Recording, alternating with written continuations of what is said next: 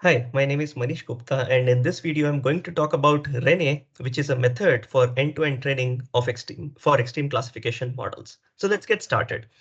Let's start by understanding the compute and memory requirements for end-to-end training of extreme classification models. Right. So a typical extreme classification model looks like this. There is a document or user query, I mean, whatever you may want to call, right? You essentially try to embed that using some encoder. So it could be a transformer based encoder as is popular in today's deep learning world, right? And then there is a classifier layer which maps the embedding that has been learned to the label space.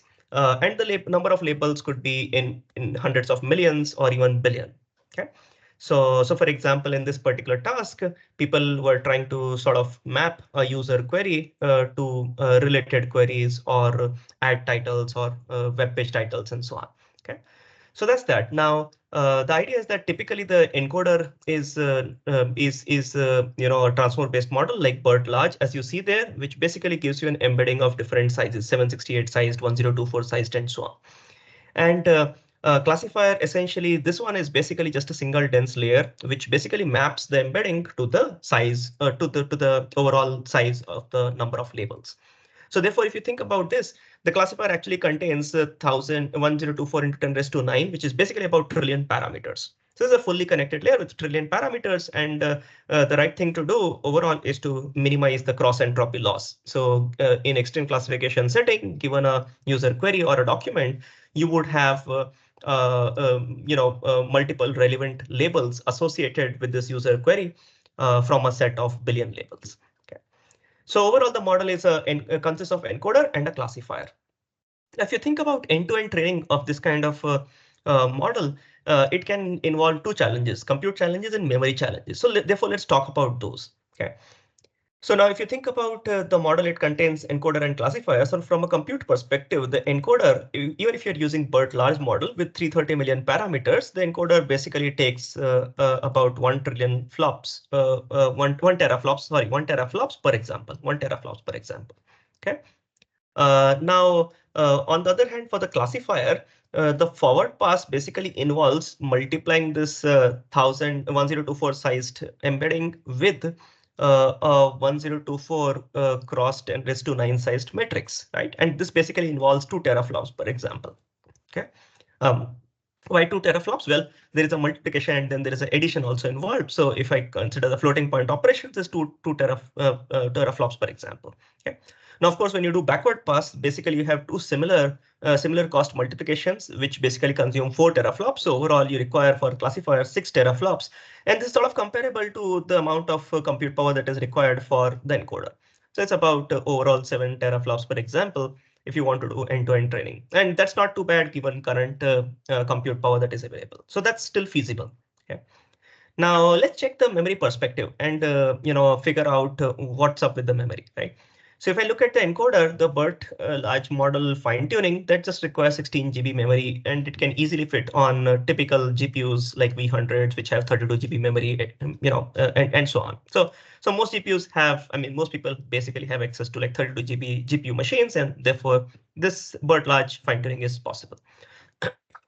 Um, However, if you think about the classifier, that basically involves the classifier part actually involves several parts to the GPU, GPU memory usage. Okay, so if I just think about model parameters, which are 10 raised to 12, because 1024 into 10 raised to 9 is 10 raised to 12, so 10 raised to 12 model parameters. Okay, so if I express those model parameters in 32 bits, basically 4 bytes, so it is like 4 TB worth of RAM required just to store those model parameters.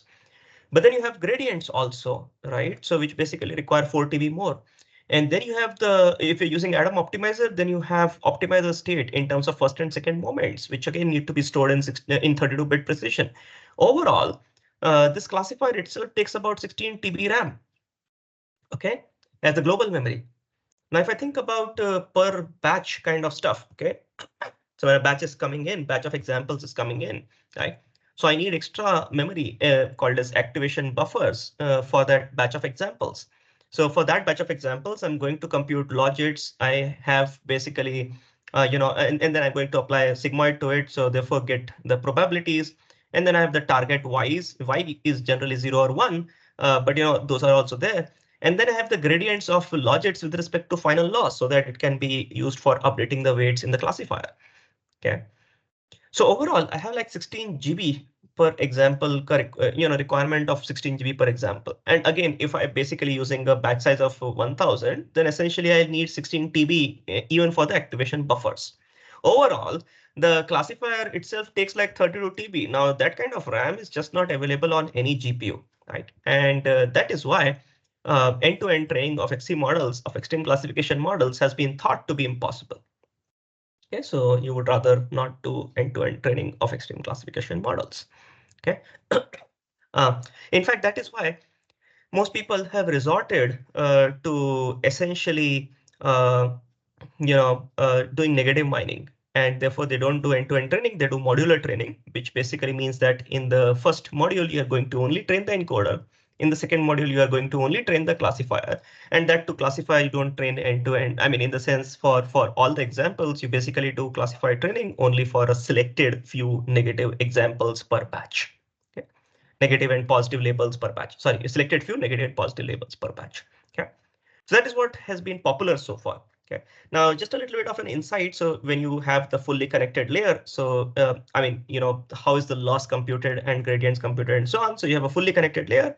The fully connected layer gives you logits. You basically take sigmoid over those logits and then compute the cross entropy loss.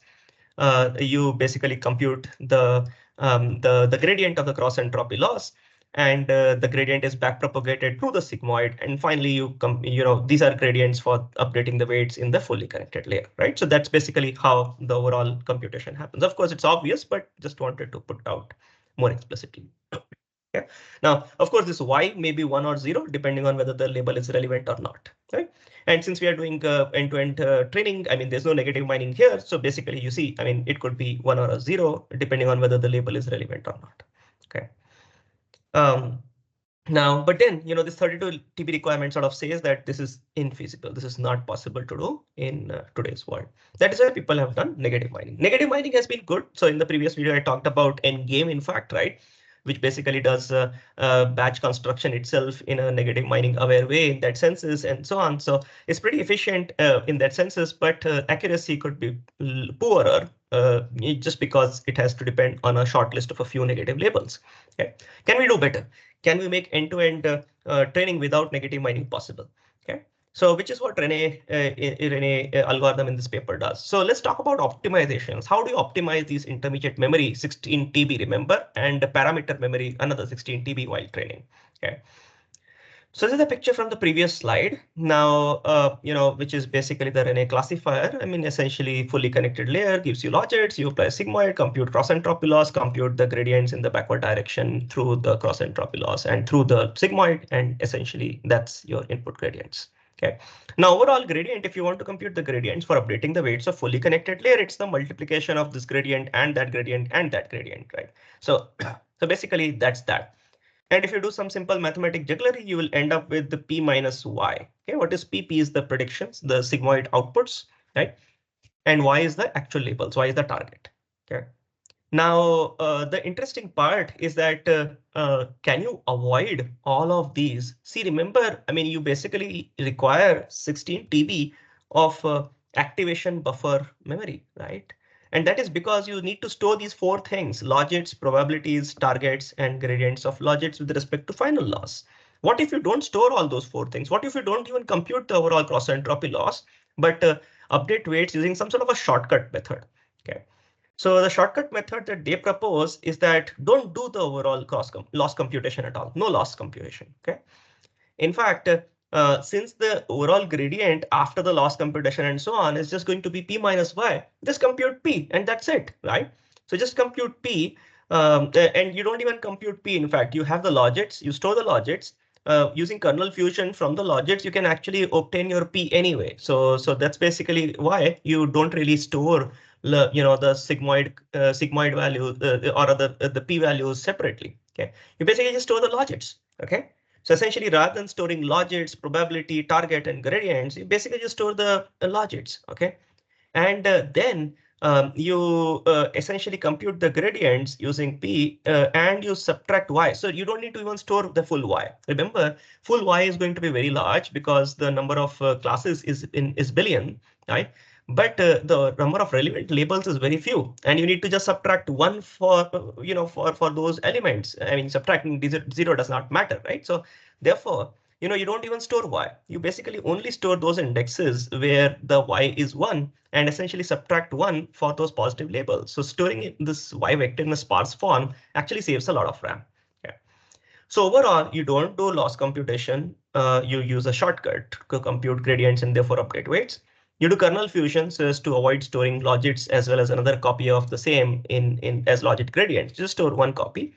And then you do 16-bit computation rather than 32-bit computation. So basically leading to 8x memory reduction. So, 8 times basically lesser memory is required for the activation buffers in that sense. Okay. Now, so that's basically about optimizing intermediate memory or activation buffers. Now, how can you save parametric memory? So remember, parametric memory was very large because you had like 1 trillion parameters, 1024 cross billion. So here you could use a simple trick. Essentially, you can use a bottleneck layer, which basically takes a 1000 sized input and connects it to a 64 sized embedding, leading to just 64,000 weights here. And then the 64 sized embedding can connect to a billion sized number of classes, leading to 64 billion parameters. Now 64 billion net number of parameters are much lesser compared to 1 trillion. So essentially, 64 sized embeddings, it might be the case that it can lead to accuracy problems, but then it is sort of observed that the 64 sized embeddings can still deliver 1% of a full sized embedding. I mean, accuracy just 1% lesser. Okay, but it basically gives you 16x reduction in the overall memory requirements. Okay. Now, another optimization that you can do is to use split optimizer. Now, what does that mean? Basically, it means that it means the following, right? So remember, we were using Adam optimizer. So Adam optimizer basically requires first and second moments, which basically is a lot of storage, a lot of RAM requirement. On the other hand, SGD, stochastic gradient descent, especially if you're using without momentum, that actually requires much lesser memory and gives you similar results for the classifier. Right. So therefore, what Renee proposes to do is to use Adam for encoder and SGD for classifier. So remember, in the encoder, basically, since the number of parameters is not too large, you could just use Adam. But for classifier, number of parameters are too many, just use stochastic gradient descent. Okay. Now that basically means that 16 TB memory requirements can be reduced to 512 GB, 32x reduction overall. Okay. So that is how basically you can optimize overall intermediate memory and parameter memory and reduce these memory requirements to a big deal. I mean, to reduce them significantly. Okay. However, this reduction may still not be enough to do training, end-to-end training on a single GPU. So how do you handle this situation? Now, this situation is handled by doing multi-GPU training, using hybrid data model parallelism. Okay. So remember, when you have multiple GPUs, now that's also not usually enough unless you design the training strategy appropriately. So you have to basically ensure that the communication between the GPUs is minimized and the communication essentially otherwise the training may take forever, right? So and you use the RAM and compute on each of those GPUs effectively. Okay.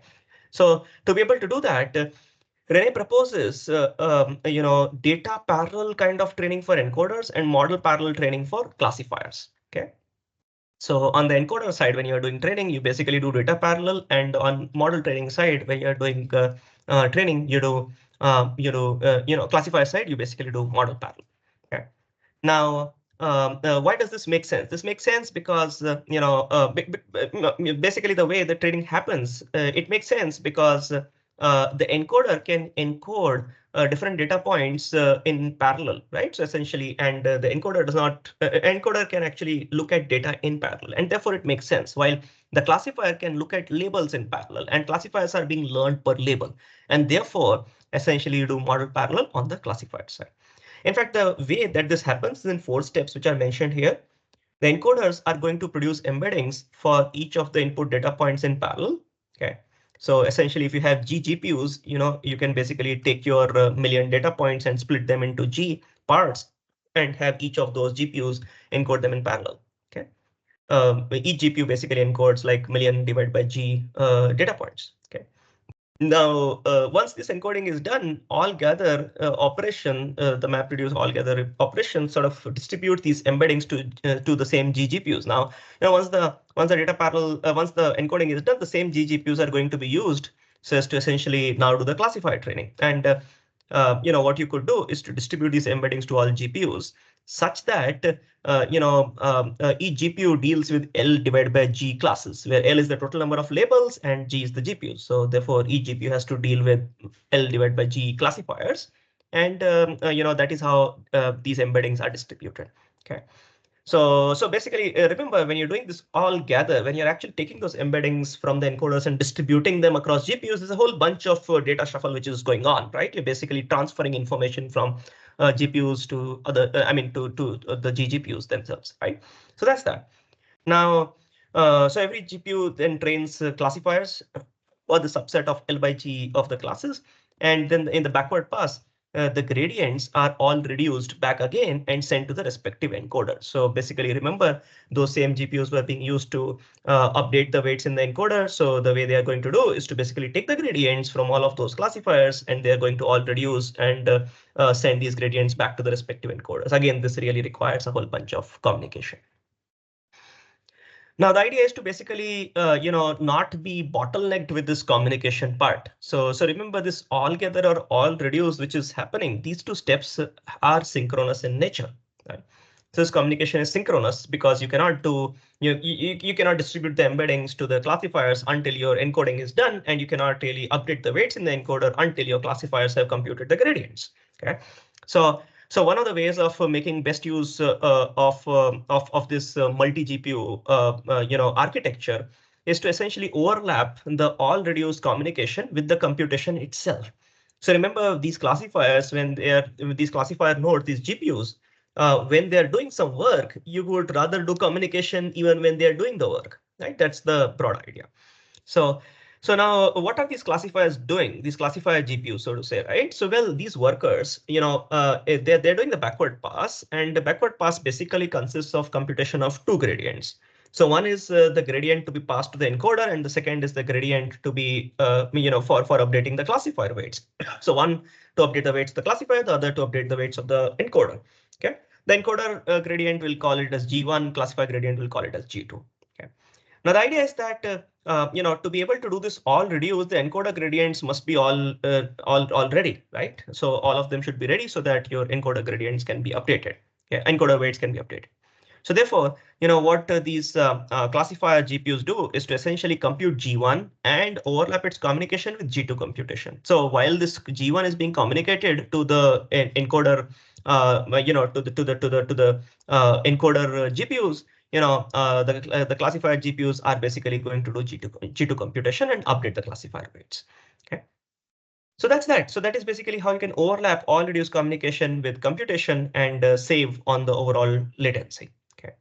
Now latency is good, but how about saving GPU memory further? So you can save GPU memory further, by the way, using split gradient accumulation. Now what does that mean? So remember, memory is typically not a problem for the encoder. It's basically a problem for the classifier. Okay. So gradient accumulation is therefore done so as to save memory on the classifier side. Okay. On the classifier side, you actually do gradient accumulation so as to save on the GPU memory. Okay. So the way you do this is as follows. You combine so essentially, typically, since you're using G different GPUs, remember, even if you use a batch size of 100, you're basically going to have 100 G as your effective batch size, right? So effectively, G into batch size embeddings of all encoders are ready to be all gathered, right? So to be distributed to the classifier GPUs.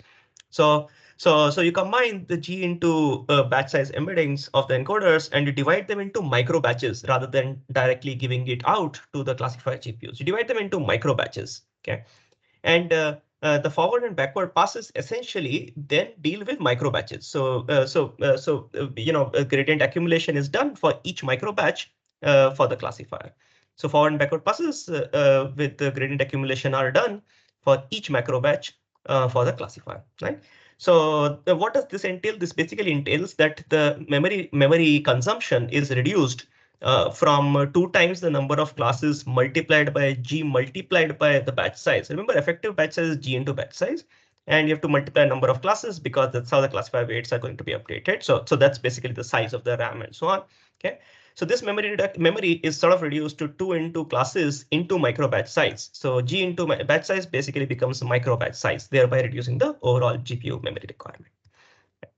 Now, how does Renee perform? So, all the optimizations that I discussed are essentially for training, right? So for inference, essentially inference is done in the typical manner using but so when you have trained the classifiers, you basically take those classifier weight vectors, you put them into an approximate nearest neighbor search index like discan. Discan is a very popular approximate nearest neighbor search index these days. Okay. And then when a data point comes in, you do the embedding using the encoder and try to do a nearest neighbor match into the scan and return the most relevant labels. Okay. So that's the inference, and inference effectively therefore uses a short list of a small number of relevant labels from the scan index. Okay, so the inference part does not really change much between negative mining based mechanisms like Endgame versus Renee. Okay. So now the Rennie algorithm has several hyperparameters, like what could be your encoder? It could be BERT large, BERT small, and so on.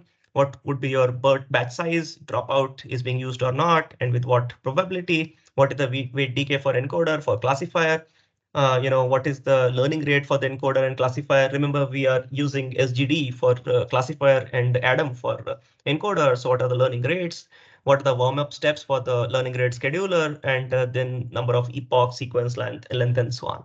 Okay, so that's that. Now, one of the observations is that important hyperparameter is the encoder initialization. So basically, the folks find that Renee encoder weights must be initialized with Endgame for data sets which have less of text. So data sets with no label text or data sets with short text input, basically initializing the Renee encoder with Endgame encoder actually gives you Endgame M1 encoder. Remember, Endgame actually also has multiple modules. So Endgame M1 encoder gives you better results. Okay.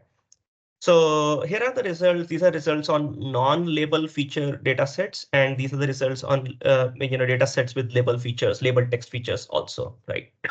So as you observe on all of these titles kind of data sets where there are no label features. So on all of these data sets, you observe that Renee actually gives you better results up to, precision at 1 oftentimes is significantly better, right? Up to 5% higher compared to the best baseline mechanisms, best baseline extreme classification methods. Okay. Also on the label feature datasets, Renee is actually better compared to the baselines on multiple of these columns, right? Multiple of these datasets, several datasets and precision at k values. Renee is actually better across, compared to multiple other baseline methods. Here, Endgame actually is Endgame classifier and not encoder. So remember, Renee is basically being initialized using Endgame encoder, but it is being compared with Endgame classifier. Endgame 2 actually is a fusion of Endgame encoder and classifier. So Endgame, in the Endgame video, I mentioned that they've also proposed an ensemble of the classifier and the encoder using decision tree or regression tree kind of method. So that is what is being compared with.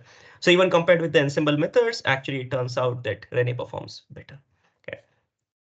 So overall, in this video, I talked about the possibility and feasibility of doing end-to-end training of extreme classification models.